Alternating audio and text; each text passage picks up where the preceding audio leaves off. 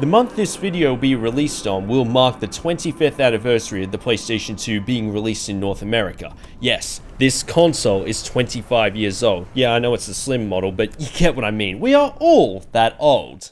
On October 10th, 11th and 12th, I'll be attending PAX Australia, the biggest gaming convention in the country, as an official creator. And on Saturday, 12:30 PM on the 11th at the Fruit Bat Theatre, I'll be doing a panel along with Nickname, Icy Mind Racer and Square Eye Jack celebrating the PS2's 25th anniversary, basically gushing why we love it so much.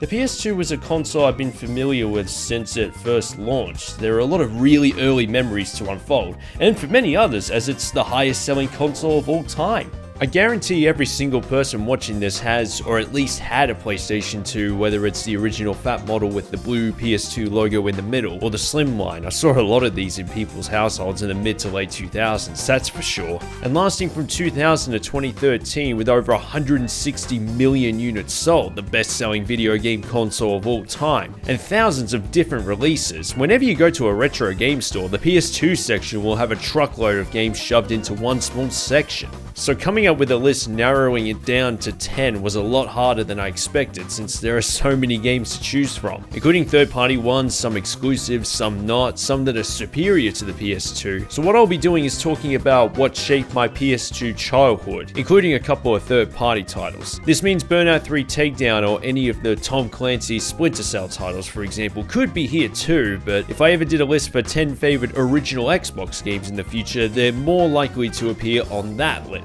And also, not the best, just my favorites. And I'll be going through the list in alphabetical order. There we go. I think that will be the best way to do a top 10 and reduce the risk of being bullied in the comments section.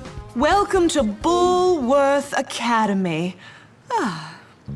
I'm sure you'll be very happy here. Very happy indeed. A brilliant segue, right? Let's start with Bully, aka Canis Canem Edit, aka Dog Eat Dog, aka the best Rockstar game that isn't Grand Theft Auto or Red Dead Redemption. If I could describe this game with only one word, it would be charming. You just made out with the most popular girl at Bullworth. A parody of 80s high school comedies with Rockstar Games is really funny, and it's all there, from the map design, the missions, melee controls, characters, and dialogue. And the way Jimmy Hopkins goes about it all, it's like he knows how crazy this world is, and he doesn't want to get too sucked in and converted by all this madness. Yeah, you could have fooled me. What? I said you could have fooled me. This place is full of bullies and maniacs. Nonsense! That's just school spirit. I call it the Superintendent Chalmers trope that Dan Houser uses in a lot of other Rockstar game protagonists. Give me 5, dude! No.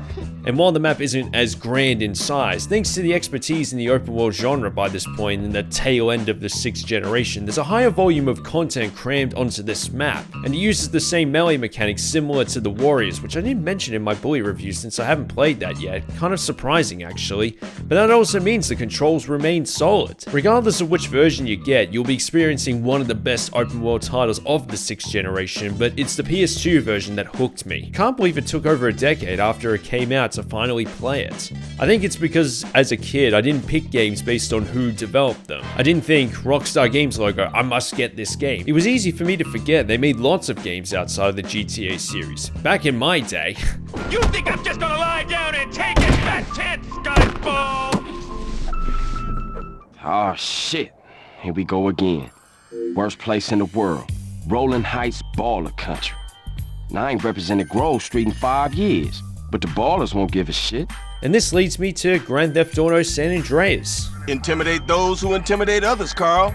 It's my job. It's almost easy to take for granted how influential Grand Theft Auto was in the 2000s. Every title from the GTA series can be on this list, since each one brought something revolutionary to the genre, but I wanted to keep it limited to one game per franchise. And I choose San Andreas because this was the one I actively went above and beyond to playing behind my parents' back as often as I could until I turned 15, because for a long time, I thought this was the best game I'd ever seen. Rockstar North essentially took everything that was mind-blowing about the predecessors and told themselves, hold my beer. setting itself in a whole state with 3 cities, farmland, forests, mountains, and desert plains, which had never been done in GTA title by that point. Jumping in water didn't kill you instantly, you had RPG elements, multiple customization options, hilarious cheat codes. And if you actually played the story mode, you were treated as some of the most memorable characters, new and returning. It's actually better written than you might think. Grove Street, baby. Yeah, for the Grove, baby. It serves as both a satire and love letter to the hip-hop culture of the 1990s West Coast America. Sure, it's severely aged to the point where the kids might be convinced it was made in the early 90s. But back then, this was all things to all man. It felt like there wasn't anything you couldn't do. And it was, and in many ways, still highly addictive to explore. It just clicks on everything I enjoyed about video games, and I feel obligated to play through it at least once a year. Shit, that's gonna be a hell of a story to tell when we passing the blunt. Damn, that was some serious shit. Woo! Fuck this. We gotta get out of here. Right is right. Everybody split up. We'll meet up later.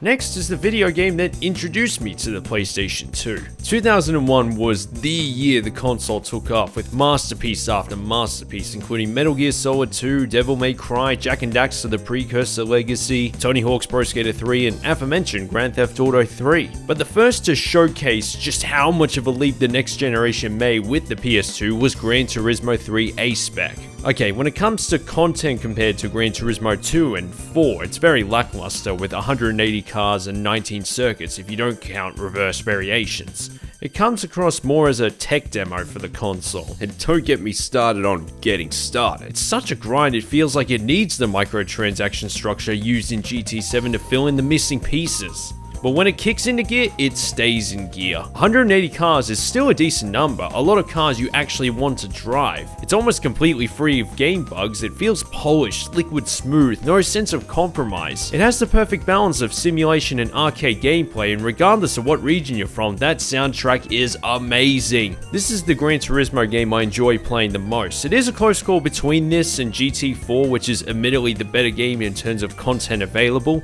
After re-reviewing both a couple of years ago, it was honestly a closer call than I thought. Weird how that works. Note, this is not a best PS2 game, just my favorite one. It's amazing how much of an influence memories you have for a certain games can have when you rank your favorites, or maybe it's the chase cam in the soundtrack. But ultimately, Gran Turismo 3 just edges it, but I certainly don't blame anyone rating Gran Turismo 4 in a higher regard. Unofficially, they're a tie. I just don't want to put one game from the same franchise on this list.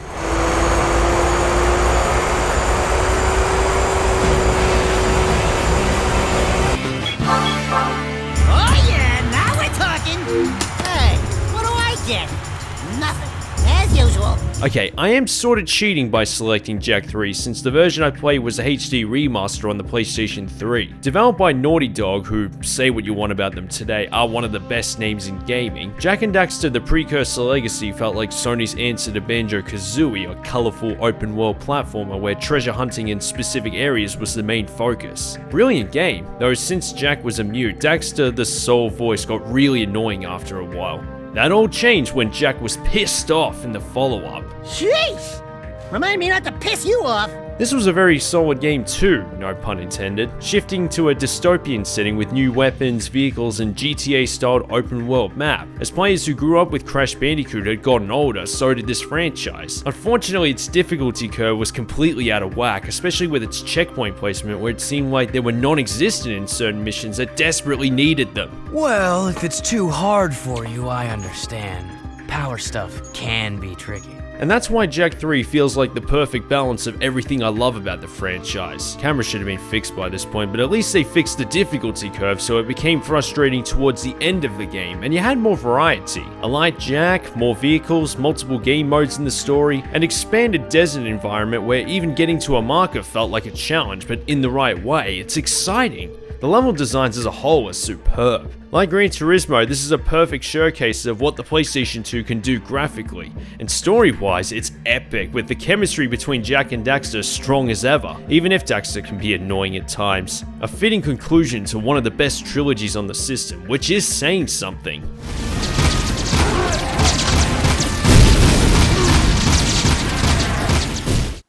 Drop your weapon! I really love that Easter egg. Again, I'm kind of cheating selecting this game because I played the HD remaster on the PS3, but I still feel like it counts. And even then, this was a PS2 exclusive for 7 years. Honorable mention to Sons of Liberty, a game that feels more like it was made for the current generation because of how unbelievably ahead of its time it was, with both the story and its themes of information warfare, fake news, and post-truth politics still socially relevant even today. And seemingly like Snake and Raiden can do anything. A little clunky when it came to the boss battles, the controls are not designed for high-paced action, but whenever you free roam around the offshore facility silently, it never gets boring. And Snake Eater has those gameplay details, albeit a little more linear level design, and then some with a story that has its twists and turns, mostly appearing in the final cutscene which goes for like half an hour, but otherwise made perfect sense. The story of Snake finally begins with this game playing his big boss in the Soviet jungle, a new type of setting for the series to introduce additional gameplay mechanics that made it one of the best of the stealth genre, including camouflage options, updated melee controls, a stamina and injury treatment system.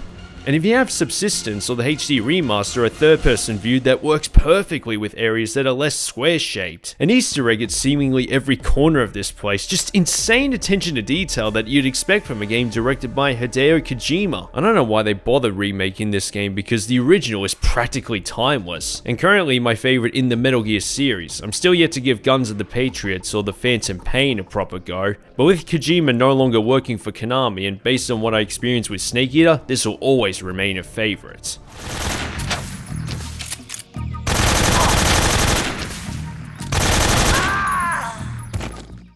You must be a damn good actor.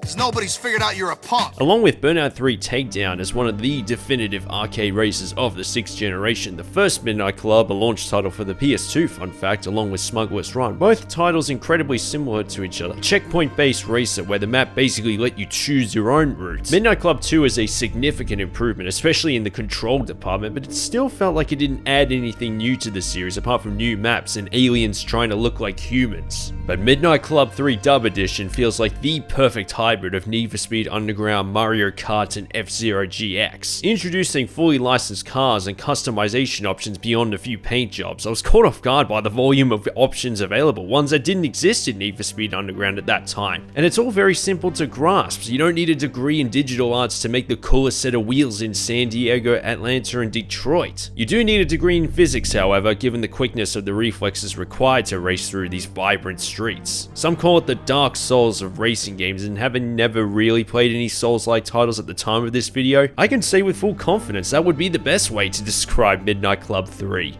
Gameplay is lightning quick that, while hard, you'll be selecting restart plenty of times, but it almost never feels unfair, with every win an incredibly satisfying one. It's proof you don't need AI rubber banding to make a racing game challenging. All you need are opponents that are just as hungry to win as you are, multiple unique special abilities, clear strengths and weaknesses that fit with the vehicle type, and some of the best driving mechanics of any arcade racer out there. It's just as solid to play as it did in 2005, something any racing fan has to try at least once. Isn't that a coincidence? 3 of the PS2 titles on this list are Rockstar games from the mid-2000s. They were on fire back then.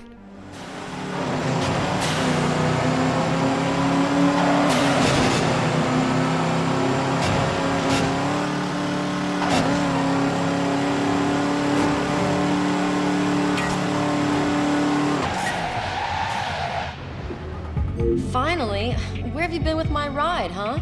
That doesn't mean a Need for Speed title wasn't going to miss out on this list. The games that introduced me to the series were 3 Hot Pursuits and the PS1 version of Porsche Unleashed, but it was Underground with its vibrant cars that can be customized in all shapes and colors that really grabbed my attention. And what I thought at the time were the best graphics for any racing game, just so many lights, colors, and motion blur to be in awe by. Like GTA San Andreas, as an impressionable little kid back then, I thought video games couldn't get any better than this. We had it so good in the early 2000s. And then the follow-up came out the next year. Okay, I'll be honest, it took me until 2007-08 to give Underground 2 a proper go, on the PC no less, but I put the most hours into the PlayStation 2 version. The inclusion of an open-world map clearly feels like a gimmick, as every franchise just had to capitalize on the success of the GTA series. It feels wonky and disjointed, like it took a year to make. But it's the humongous leap in content compared to Underground 1 that more than makes up for it, without ever feeling like there's too much to comprehend. In addition to the sandbox map map, you have more cars, a killer soundtrack, all I need to say is Riders on the Storm. Boom, everyone knows what you're talking about. Street Cross, the Underground Racing League, I like the different variations of its dedicated Bayview circuit and airport, which gives you an incentive to push harder knowing you never have to worry about oncoming traffic. Yes, I'm aware I'm probably the only one that thinks that. And the customization aspect. Now, I just talked about Midnight Club 3, but it certainly doesn't make Underground 2 a slouch. Every playthrough I'd pimp up something completely different from the last one, though the Silver Mustang from when I reviewed this game back in 2017 will always be the coolest. It has everything I loved about the first Underground, and then some. I rest my case. EA knew they had a winner and just went all out. And live streaming it a couple of years ago was incredibly cathartic. Honorable mention to Most Wanted, a close second favorite of the franchise, but I didn't play the PS2 version back in the day, so Underground 2 is my choice.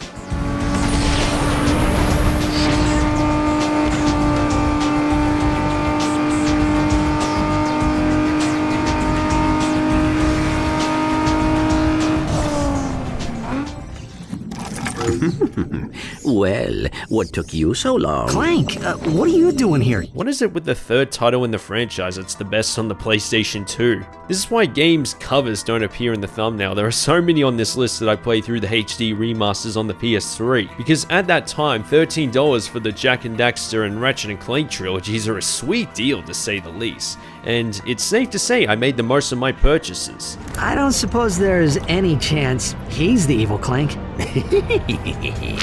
Yeah, didn't think so. Now, controversial opinion, I'm not a fan of the plot of Up Your Arsenal, or at least the characters outside of Ratchet, Clank, Dr. Nefarious, and... Lawrence! My mistake, sir. Dreadfully sorry.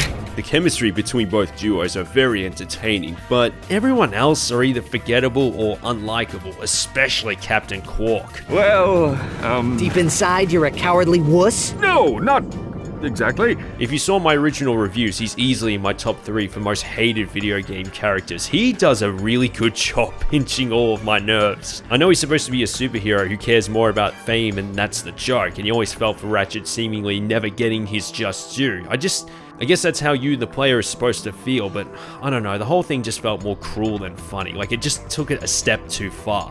He hopes that disguising himself as a Tyrannoid will make him more attractive to the ladies. Hey! But even with that, Ratchet & Clank 3 is still in my top 10 favorites, not just for the PS2, but maybe all time, because the rest is just sheer platforming joy that's impossible to put down. You jump, shoot, attack, sometimes all at the same time. I was initially not a fan of the new auto-lock camera view, human nature to not like change. Reverted to the original controls, but after struggling on this planet, blame Lawrence for that one, I changed my song. I love being able to jump, move Ratchet, the camera, and use the weapon all at the same time seamlessly. It honestly has some of the best controls of any 3D platformer I've ever played, and with its incredibly vibrant level designs with the difficulty curve set perfectly, and even an online mode which I didn't have a chance to check out before the server shut down, but I've heard really good things about. Ratchet & Clank 3 Up Your Arsenal is a must-play, whether it's on the PlayStation 2 or the HD remaster, even on the PlayStation Vita, which runs a lot better than the Jak and Daxter trilogy on the same console. Did you hear that, Lawrence? You put the wit in twit, sir. Yes, I do, don't I?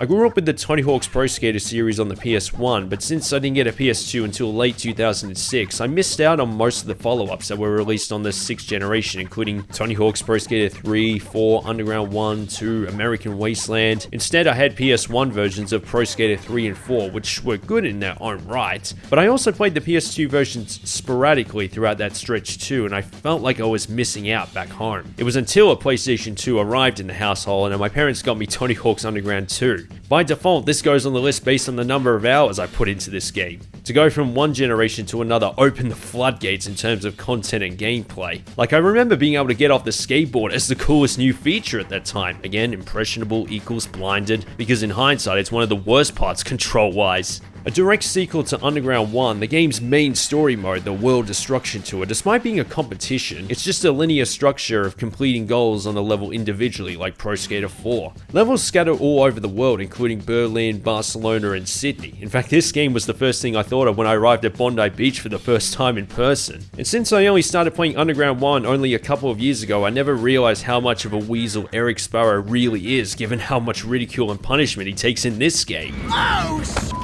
Oh, dude, you suck anymore. And if you prefer the classic Pro Skater structure with the list of goals and stuff to collect on a 2-minute time limit, Underground 2 has that covered, even including a few classic levels from the first few Pro Skater titles, and using Downhill Jam with Bug 2 mechanics. I'll never forget my personal high score of over 5.5 million and feeling very proud of myself. A lot will say that the franchise had jumped the shark by that point, making the story and level designs as arcade-like as the gameplay. It seems to live in its own alternate universe, but it works more in its favor here.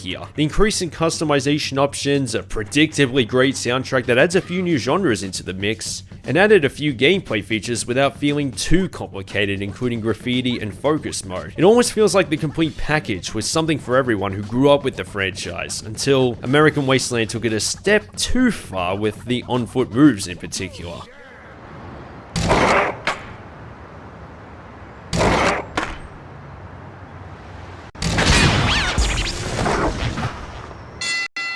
Greetings from the Great White North, everybody. I'm Jim Ross here with Jerry the King Lawler, and this is Raw, live from Toronto. A lot of you are probably surprised to see this game on the list, partly because I never talk about wrestling on this channel, and partly because I picked this over Here Comes the Pain. The WWE 2K series we know today began with SmackDown on the PS1 and evolved into a series exclusive to PlayStation consoles, and this is one of them. SmackDown vs. Raw gameplay-wise is very similar to Here Comes the Pain. It has all the match types, the grappling and striking mechanics, probably the last in the series to be fully arcade-focused. Very simple to perform any move you want. Some say this is a very lackluster roster, with Brock Lesnar, Goldberg, and Stone Cold Steve Austin being huge omissions from the predecessor. Isn't that ironic? And yeah, you'd be right, though I believe the legends almost make up for it. It has a licensed soundtrack, commentary from their respective shows, JR and King from Raw, and Cole and Taz from SmackDown.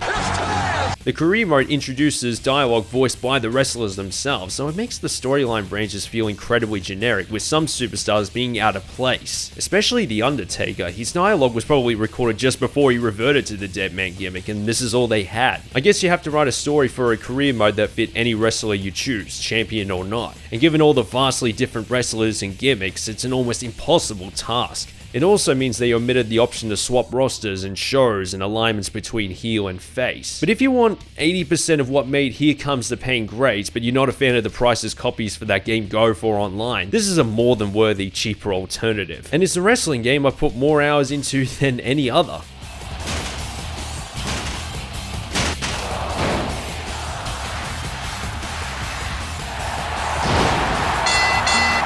I would also like to mention the Sly Cooper trilogy, God of War, Silent Hill 2, Kingdom Hearts, and Final Fantasy X. Some I already have in my collection, whether it's through the PS2 or HD remasters, but I haven't given those games a proper go, and to say they're among my favorites too would be disingenuous. It puts into perspective how many classics were released for the PS2. It could have been 20 favorites, and I would feel like there would be way too many to admit. Let me know what your favorites are in the comments section. Was my list a solid one? Because the way I'm looking at this list, I really want to go back and play all these games in one go. Thanks everyone on Patreon, including Anthony Cossins, Bibbs, Brittleback, Cooper Munn, Darcy McIntosh, Emmanuel Figueroa, Epmesvere, Gregorius Shampaska, Indie DM, Night Kid Gaming, Oscar, Peter GT, Ruben Pecol, Sam Sneed, Tickford45, Thomas Rosendale, UZ Racer, Will Stokes, and everyone for watching this video. Spenny out.